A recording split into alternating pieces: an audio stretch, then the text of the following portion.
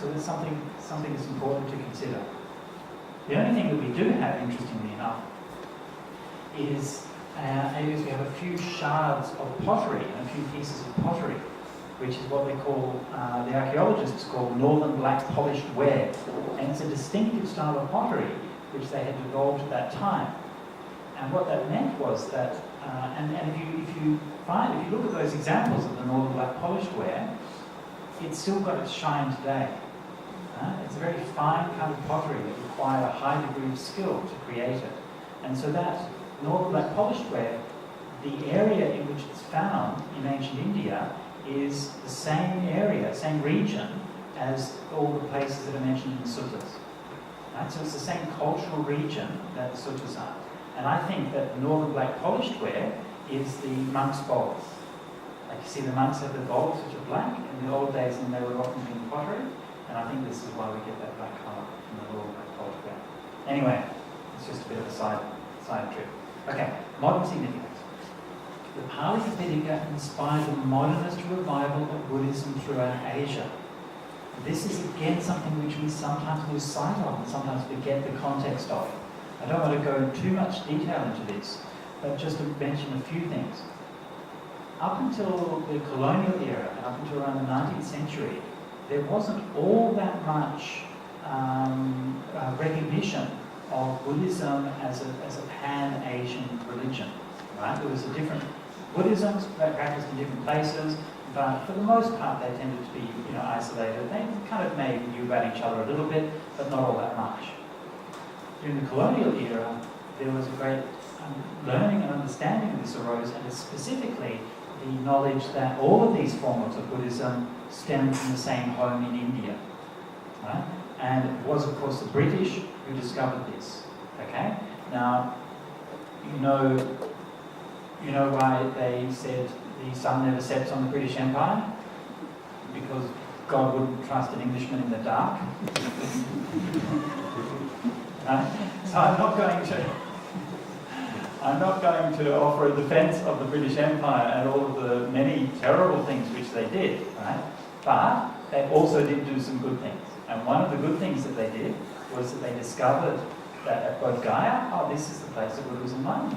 They went back, and the scholars like Thomas Rhys Davids were reading the Pali texts, and then they communicated with the archaeologists in India, and they realised actually these are the same things. These Pali scriptures are talking about events which are recorded there.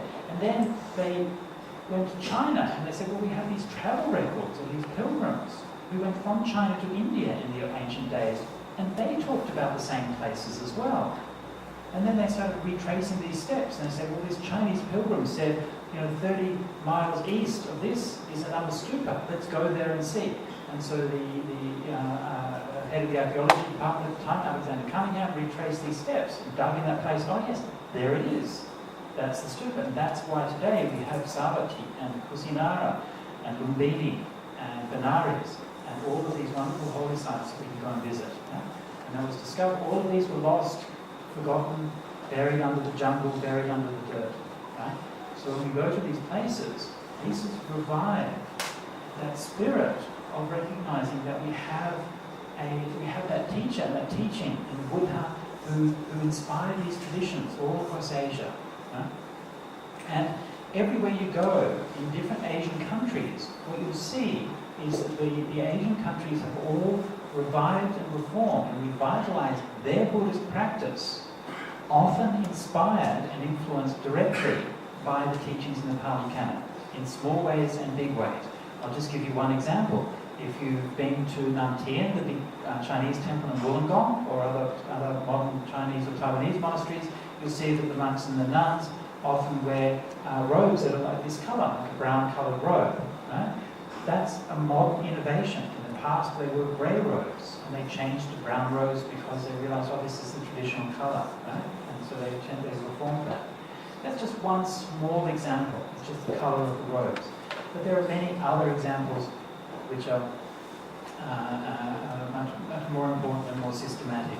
So the rediscovery of the teachings of the Pali Tripitaka and the discovery that these teachings also underlie different Buddhist traditions has spurred a very significant revival of Buddhism and continues to do so right across Asia. Okay. Now the historical or textual significance of the Pali Canon itself is that when compared with other early texts, the Pali texts on the whole appear to be relatively early and uncorrupted. Now I want to issue a lot of caveats with this. When I say uncorrupted, this is a technical term in textual studies. Right? A corrupted text doesn't mean that some evil person has come along and said, "Wahaha, I'm going to make this corrupt and evil," right? It's just a technical term that means that some kind of mistake or some kind of addition or something like that has happened in the text. All right? And when we compare the Pali texts with texts from other traditions, we usually find, not always, but usually, that the Pali texts preserve an earlier form. Right? I was struck by that earlier today when I was looking at the beautiful Buddha images and the modern Sri Lankan style Buddha image with the beautiful white plain Buddha. Right? Very elegant form, but very unadorned. Right? Very plain. And most other countries, and if you see the Buddha, you can see one in front here, a small one you might be able to see, and they have a bit more of a fancy seat. They maybe put a bit more of a halo behind the Buddha, and these kinds of things. So they put these other decorations to make it more beautiful, to enhance it, right? And so the Pali Tripitaka is a bit like the white Buddha. It's very kind of plain, right? And the other ones, then they start adding some more things to make it fancy. The Buddha is still there, right? But it's a little bit, there's a little bit more added around it. So again, remember when I'm talking here, I'm not talking about adding new doctrines to the text, okay? Right? This is something, this happened later in Mahayana texts and so on. They have new interpretations of Buddhism. In the early text, there's no difference in interpretation or doctrine, right?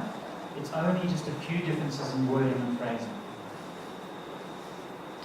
Finally, and probably most importantly, is the spiritual significance of the Pali Tripitaka.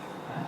So many people, including myself, regard the Pali Tripitaka as their sacred scripture, believing that it contains the teachings of the Buddha himself that lead to freedom from suffering. And so for myself, the teachings that I have found in the suttas have been my guide through my life. And when I was lost, they were there to lead me. And when I was confused, they have been there to help clear up my confusion. And I don't know where my life would be without these teachings. And all I know, I can't say what is right for anybody else. People have different spiritual paths, and if other people follow different spiritual paths and they are valuable for them, that's great. I will only ever support them to do that. So I'm not telling anyone that this is the path that is right for anybody else. All I can say is that for myself, whenever I have practiced and lived in accordance with these teachings that I found in the suttas, it's worked. It's been good for me. Yeah? And so I try to share this with others so that they can find that same thing. And this is really what drives my passion for the suttas, for working with the suttas, which I do every day in all kinds of ways, is that idea that my life has been enriched so much, has been changed so much, and I can look into the world, you can see how much the world is lost, without a sense of values, without a sense of purpose, struggling and confused. And it's so incredible, truly incredible, that we can have these wise teachings from 2,500 years ago. And we have all been the beneficiaries of that. And that's why it's our duty as Dhamma practitioners, right? Our duty to pass this on to the future. Right? We have received this benefit now, let's make sure that others can receive it again in the future as well.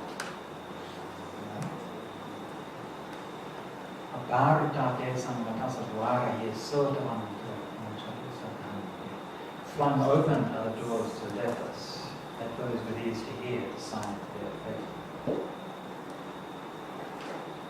That's the end of my slideshow. And I said earlier that there's a couple of things that I'd like to just discuss a little bit more about the technicalities of things. If we still have time. Do we still have time? Can we keep going for a little bit longer? Yes. Yes? Is anyone too bored? Do you want to leave? Just tell me if you're bored, right? Say, Bante, I'm bored, shut up. You can do it politely. Right? I won't be offended. Okay. So, there's a few things that a few points from this talk that I wanted to pick up and discuss in a little bit more detail. Okay. Now,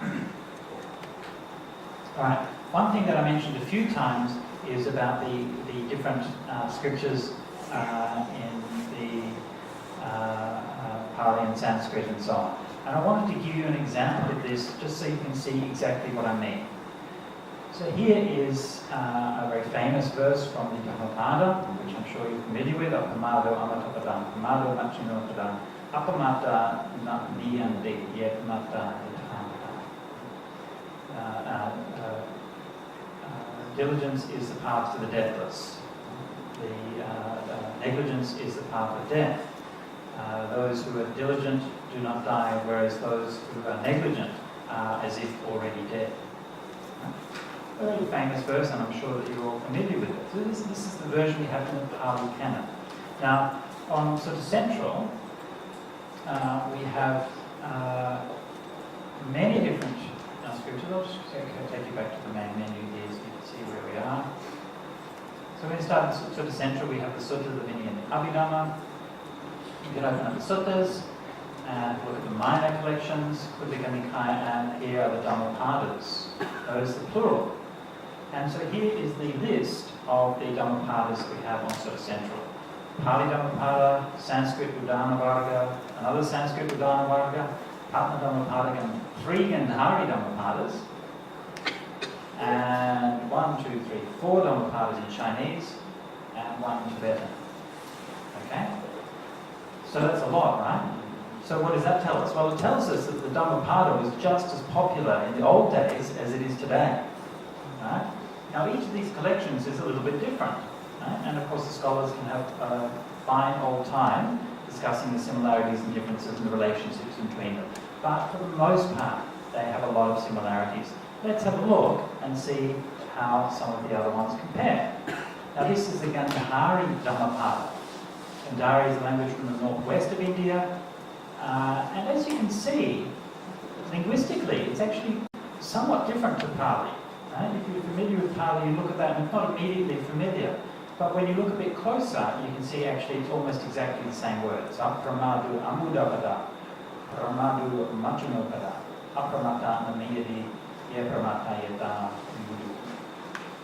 Okay, so this is the Gandhari version. Actually almost word for word identical for the Pali, but just a bit of a different dialect. So this one was reconstructed from a manuscript which was found in the northwest of India. Here's the Patna Dhammapada, another one, as you can tell from Patna. Apramado amatapadam, pramado machinokadam, apramatana mariyanti, ye pramata yathamata. Again, word for word, identical with the Pali, slightly different dialect. This one is like a Prakritic dialect. Some things look a bit Sanskritish, but more similar to Pali compared to the Gandhari one. Okay. I won't go through too many of the Chinese ones, but here's an example of a Chinese one. And I don't speak Chinese. Does anyone here speak Chinese? No? Yes? No? That's bad, isn't it? Right? It's bad. Anyway, so we have a nice little tool on Sutta Central that will help you to read things, to pretend to read things even if you can't really read them. So, this is what it is in Chinese. So the word jie, the simple translation gives it is precepts, but obviously here it means apamada, the diligence. Apamada is the nectar or sweetness. This is not exactly clear what it means, right? But in the Indic idiom, the word amata or amrita means on one hand the deathless, but it also is the nectar of the gods, right? So here it's giving that translation of the nectar, but actually it's the same word, it's amata, amata padam, and this is the word Tao. Okay? You're familiar with Taoism, so Taoism is the way. So it's apamada, diligence is the way to the deathless, negligence is death, the shortcut to death. Not craving, and then leads to the deathless. To be lost the way, one who's lost the way, you're already dead. Yes? So this is, of course, through the prism of translation. It's through the prism of an ancient Chinese translation of poetry, right? So it's a bit fuzzy. It's not as clear as it is with the Indic texts. But you can still see that it's clearly exactly the same verse that they've translated and they put that into Chinese. I won't go through all of the different Chinese versions. That's enough for that. Here is another, this is a Sanskrit version. Apramado hi amrita pradam pramado mrityuna padam apramata namriyante ye pramata sadam rita. Again, almost word for word identical with the Pali. The only word which is different, it's interesting, is it has here sada, which means one who is negligent is always dead, is ever dead. Sounds to me like a bit of a, maybe a bit of a mistake in the Sanskrit text. It doesn't make quite as much sense as the Pali. And here's another Sanskrit text, and this is a broken one. This is a partial one reconstructed from a manuscript. Amrita pradam pramadam raptino padam apramatam riyanti pramata. So even though we only have part of the text, we can still recognize actually it's the same thing. Okay? So I wanted to spend the time to go through those with you and to show you exactly what I mean when I say that these collections are sharing the same teachings. I don't mean that they vaguely share things that have the same kind of philosophy, right? I don't mean to say that they're inspired by similar ideas. I mean to say that they are word for word, literally identical in thousands upon thousands of cases. And these cases are by no means isolated. So this particular verse or particular section has 175 parallels in ancient texts. So this includes the parallels of the chapter, which we find there, and also parallels of individual verses. And so it's sort of central due to the work. These particular parallels were put together by my friend Aya Vimala, who's worked very hard on these. And so she put together these lists of parallels, and you can see so many times. So if you see a particular verse in Pali, you want to compare it with the Sanskrit or with another version, then you can always come here and look through these parallels and find the version that you're looking for. Okay? All right. So that's one point that I wanted to make, just about the different versions. Okay. Next point I wanted to make was about the manuscripts. And this is something that I've discussed with a number of the people who have been involved with this proposal. And I wanted to just share some of my thoughts about this so that you can maybe have some discussion as a community, and that this can hopefully feed into a wider discussion. Now, so far when we talked about the Pali Thripitaka, we haven't classified exactly what we mean. After all, the Pali Thripitaka is an idea. Right? I mean, there are many different copies of the Pali Thripitaka, many different editions. Which one are we talking about? Are we going to preserve all of them? Right? I mean, it would be great to preserve all of them, but maybe not all that realistic. If you go to Sri Lanka, you can find in hundreds of monasteries, thousands upon thousands of manuscripts with suttas in them. So what do we mean here? Do we mean, are we going to preserve all of those? Again, it would be great, but it's kind of ambitious, right? So what exactly do we mean when we say the Pali Tripitaka? And you all know that the Pali Tripitaka was first written down in Alavihara about 20 BC, right? But that edition has long gone. When I say what should we preserve, people say, oh, preserve from Alavihara. That vanished thousands of years ago. It doesn't exist, right? In fact, almost all the manuscripts that you have seen in Sri Lanka were written in the last 200 years. Right? Just stop and think about that for a moment. All the temples that you've been to and you've seen these shrines and cupboards and collections with what look like old ancient manuscripts, all of those, virtually all of those are written in the last 200 years. Okay? And in fact, all of our Pali texts, every single published edition of the Pali Canon, all of the work that we've done in our modern times on Pali texts is all based on manuscripts from the 18th and 19th centuries. Right? Again, just stop and think about what that means for a while. Right? Now, we assume that manuscripts were copied accurately and that the information was passed down. And it's not just an assumption. I mean, we know that from linguistic and historical and other evidence, right?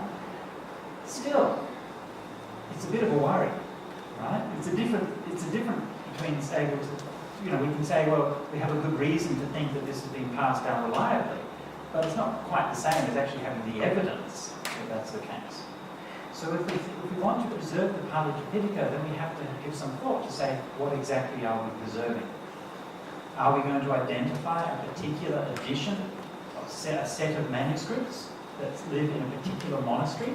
Right? Are we going to say that this set of manuscripts has a specific cultural and historical significance that make them worthy of being preserved? Right? Are we going to try to preserve the idea and preserve it more generally? So this is something which I think is still under discussion in the project, I think which needs to be looked at carefully. From my point of view, the most important thing to preserve is the very oldest of the manuscripts. And I want to just briefly sum up to you the project that I've been working together in Sri Lanka with the National Museum and the Department of Archaeology and the University of Sri Jayawardenepura to preserve a specific manuscript. And this is a manuscript which we call the Dutiya Parakama Bahu Chulavaga. And here you can see a picture of this manuscript. This is in the National Museum in Colombo. The next time you visit Colombo, I urge you to go to the National Museum and have a look at this particular manuscript. Okay? This is the oldest Pali manuscript in Sri Lanka and the oldest complete Pali manuscript in the world. Okay? The only things earlier than this is one or two fragments which are just a few pages. Right? This is the oldest complete book, and it's a copy of the Chulavaga, which is one of the books of the Vinaya. So this is not the whole Tripitaka, it's just one of the books. But as you can see, a substantial portion. Right? Now here we can see a photograph, beautifully decorated covers, and beautifully written manuscript. This was transcribed under the sponsorship of King Dutiya Parakama Bahu in the 13th century. And we know this because it says so in the colophon. The manuscript itself says where it came from, who the sponsor was, who the copyist was. It's very valuable information. And the dating of it is confirmed by the artwork. Right? So the archaeologists, when we were with the Department of Archaeology, they were able to say, yes, the specific style of artwork is from that time of Dutiya Parakama Bahu. And later on it changed. So they can date it based on the artwork. They can date it based on the writing style. Right? So again, the writing style is very similar to modern Sinhalese writing, the script, but a little bit different. And so this can also be used to date it.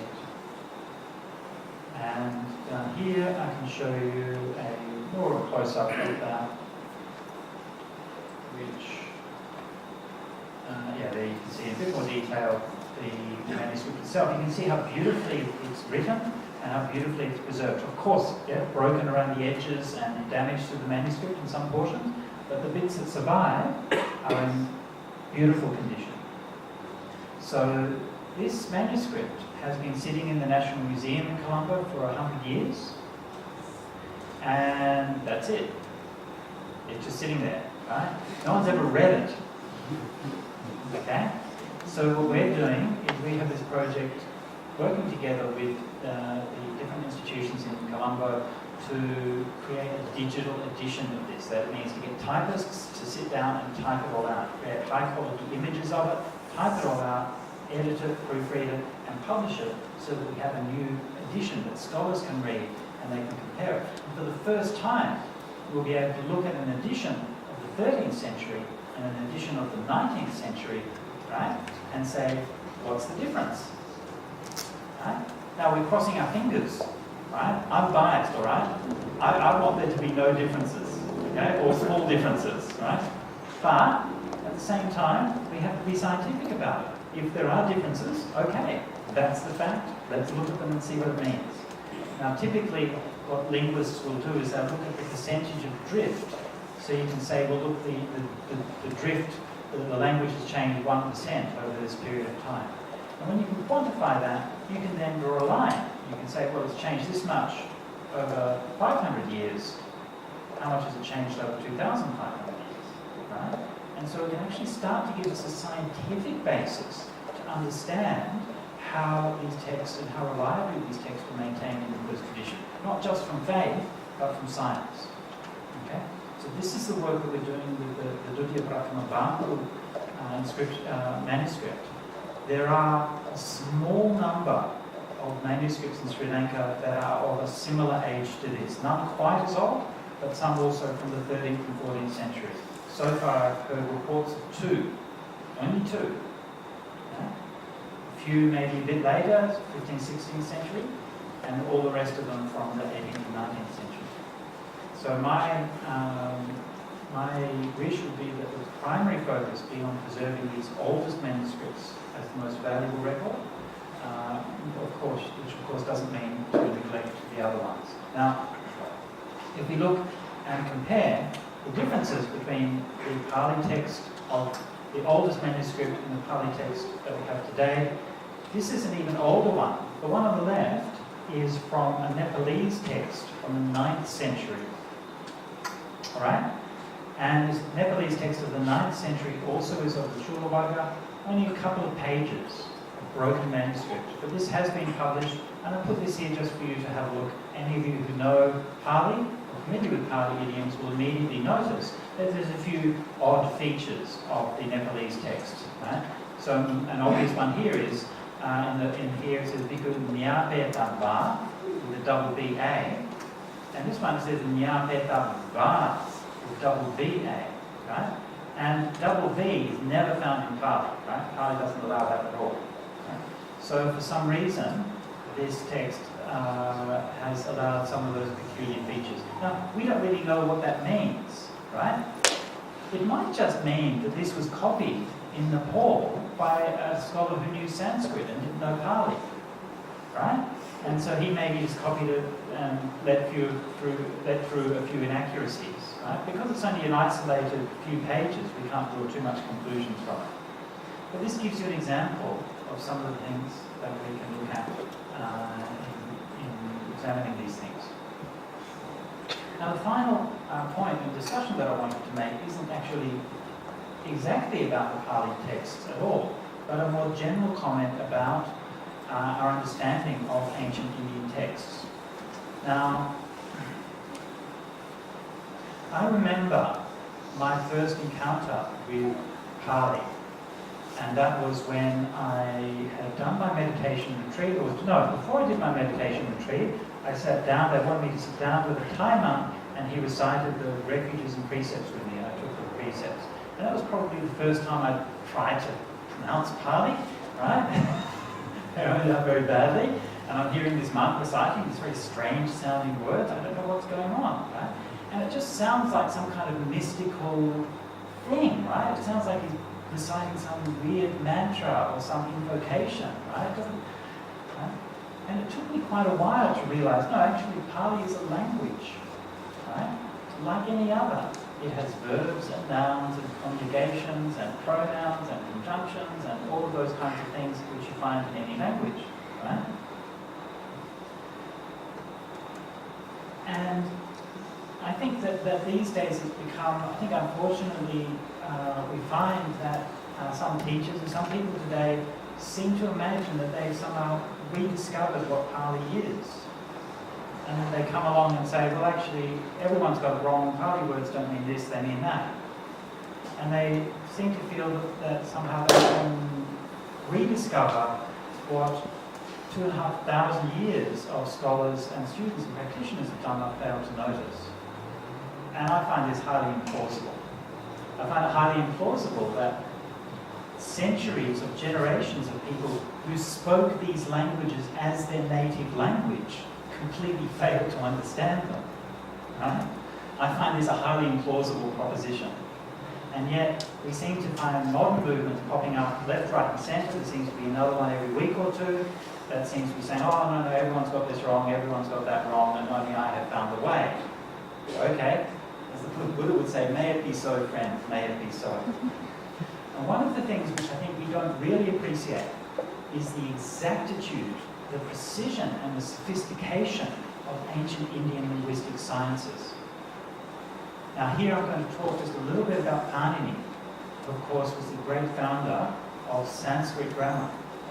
I'm going to talk about Panini because he's the best known example, but pretty much everything that I'm going to say here also applies to the Pali text, because of course the Pali grammarians learnt their craft from the Sanskrit grammarians, right, and applied the same principles. But Panini was the first. In the suttas themselves, it already talks about grammar, right? It talks about that the Brahmins had these experts in grammar. And what we know about that is codified in the work, the Ashtadhyayini of Panini, who lived about no more than a century after the Buddha. Okay? So just stop for a minute and cast your mind back and think about this. This is before even Ashoka, before Buddhism went to Sri Lanka, a century after the Buddha. Panini came along and he codified Sanskrit grammar. And let me say right from the start, Panini and his grammar is, if not at least one of the top 5 intellectual achievements of the pre-modern world. Right? By no means inferior to the work of Euclid and Pythagoras and all of those Greek guys. In fact, in many respects, his work remains relevant in a way that their work does not. Panini's work is so incredibly sophisticated and powerful that the linguistic sciences have not been able to improve on it till the present day.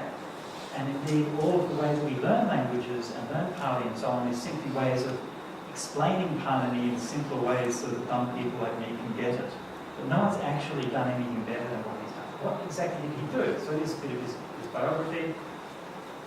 He wrote various kinds of things. The reason I'm giving you this from Wikipedia is because I want you to know this is a kind of a neutral chart. It's also why I'm not telling you from a Buddhist point of view.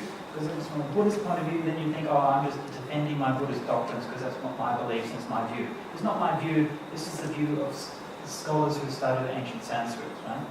Panini's analysis of noun compounds still forms the basis of modern linguistic theories of compounding in Indian languages.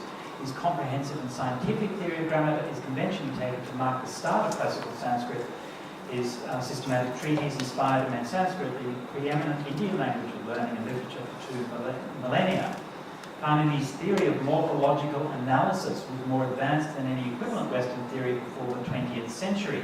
His treatise is generative and descriptive, uses meta-language and meta-rules, and has been compared to the Turing machine, wherein the logical structure of any computing device has been reduced to its essentials using an idealized mathematical model.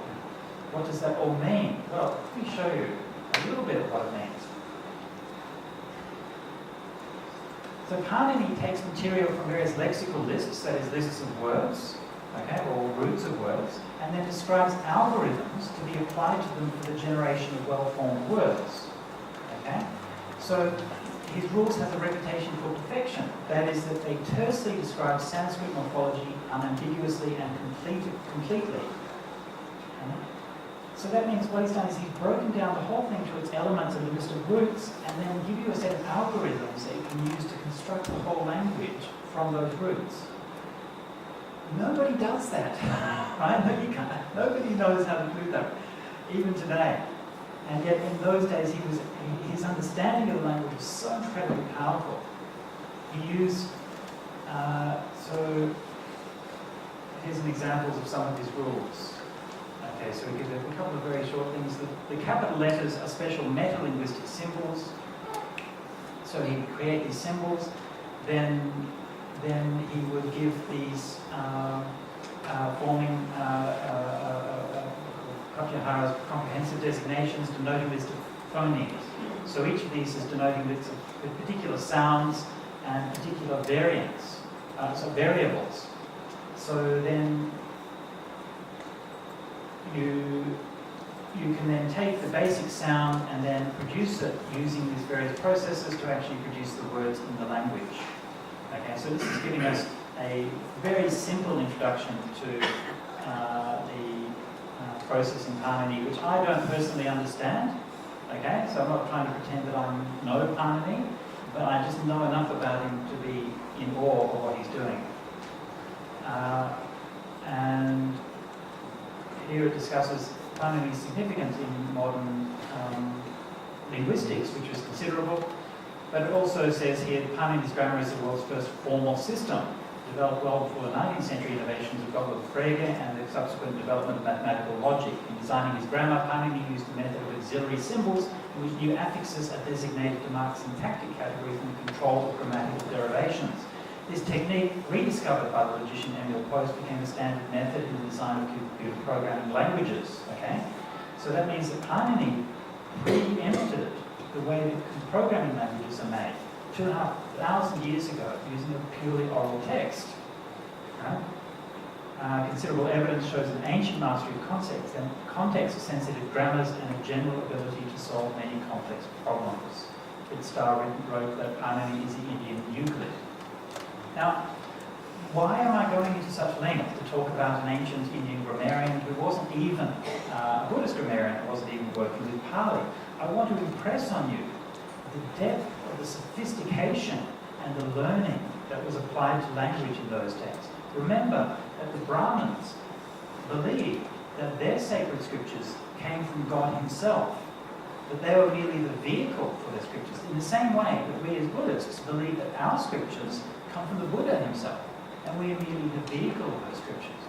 And so the ancient Indians, whether Brahmins or Buddhists, applied their considerable expertise and linguistic knowledge to understanding these texts, explaining them and passing them down. And they used highly sophisticated methods of doing this. Okay? These are some of the greatest intellectual achievements of humanity. And no, it isn't the case that they simply failed to understand basic words in their language. Right? These people were operating at a level which is far beyond that which is understood by almost everyone except a few expert linguists today. And no, it isn't the case that somebody with no training in language, no training in linguistics, no formal training in Pali, can come along and say, oh no, this word means that, and that word means that, and this is what the text really means, and everybody else is wrong and I'm right. And I'm sorry to have to kind of mention this and to put this out there, but I know that these ideas have been very common, especially in Sri Lanka. In recent years, I hear about it all the time. Everywhere I go, I've spoken to the people who are putting forward these ideas, and I can confirm to you, as a matter of fact, they don't know what they're talking about, in case you're worried. Right? So, I don't want to say that we shouldn't be questioning things. And I don't want to say that like all of the questions are answered. Of course there are issues of interpretation to be dealt with. Of course there are differences of opinion. Of course there are cases where experts can look at it and disagree. Of course, right? And that's the normal, what happens in a culture, right? And we can have a rational discussion about these things and look at the different implications of it. And that's why we have scholars. That's why we study it. That's why we want to look at new editions and so on and so forth, right? But there's a difference between having a culture of interpretation and a way of approaching texts, and a way which is just throwing out 2,500 years of the greatest linguistic science which has ever existed on planet Earth. So you might detect a little bit of frustration in my voice when talking about this, and as someone who has devoted a considerable period of my life to learning and studying these things, and to find myself having to worry about these kinds of things is, I find it really a waste of my time, but anyway, hopefully it won't be a waste of your time.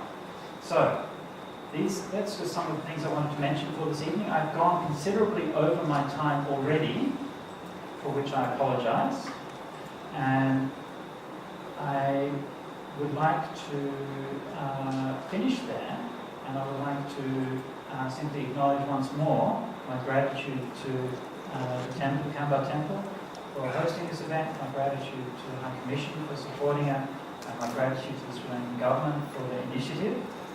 I hope that this initiative is successful, and I hope that whatever we can do to support it is successful.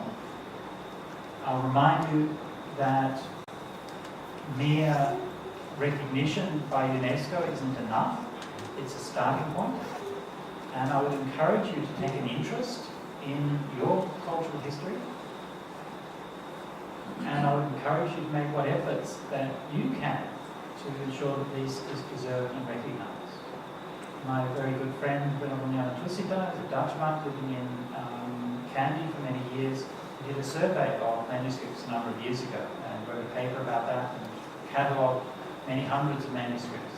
And he was very concerned that in many cases manuscripts were mentioned in an article, and then when he went to the temple to find it, it wasn't there. Or meant the building was leaking. Or rats were around. I've seen that myself when I was in Kandy at the temple there, which temple was it? I don't remember the name of one now. One of the big temples in Kandy. And they showed me the manuscripts, and there's like water dripping, just a couple of meters away from where the manuscripts were being stored. And this is the same everywhere. So we need to take more care of these things. We need to look after them. They're so precious, they're so rare. And these things, the threats to manuscripts will only be getting worse, especially with the impacts of climate change.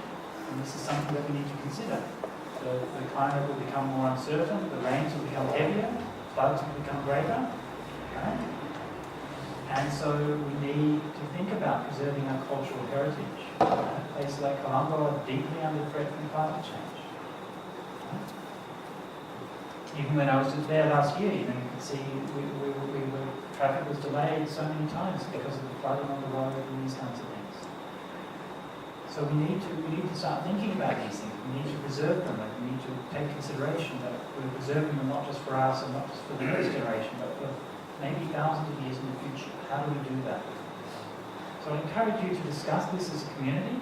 I encourage you to take an interest in the project and to offer your support for this project when and how you can. So thank you so much for your attention and for your time, and I'll now hand you back to our MC.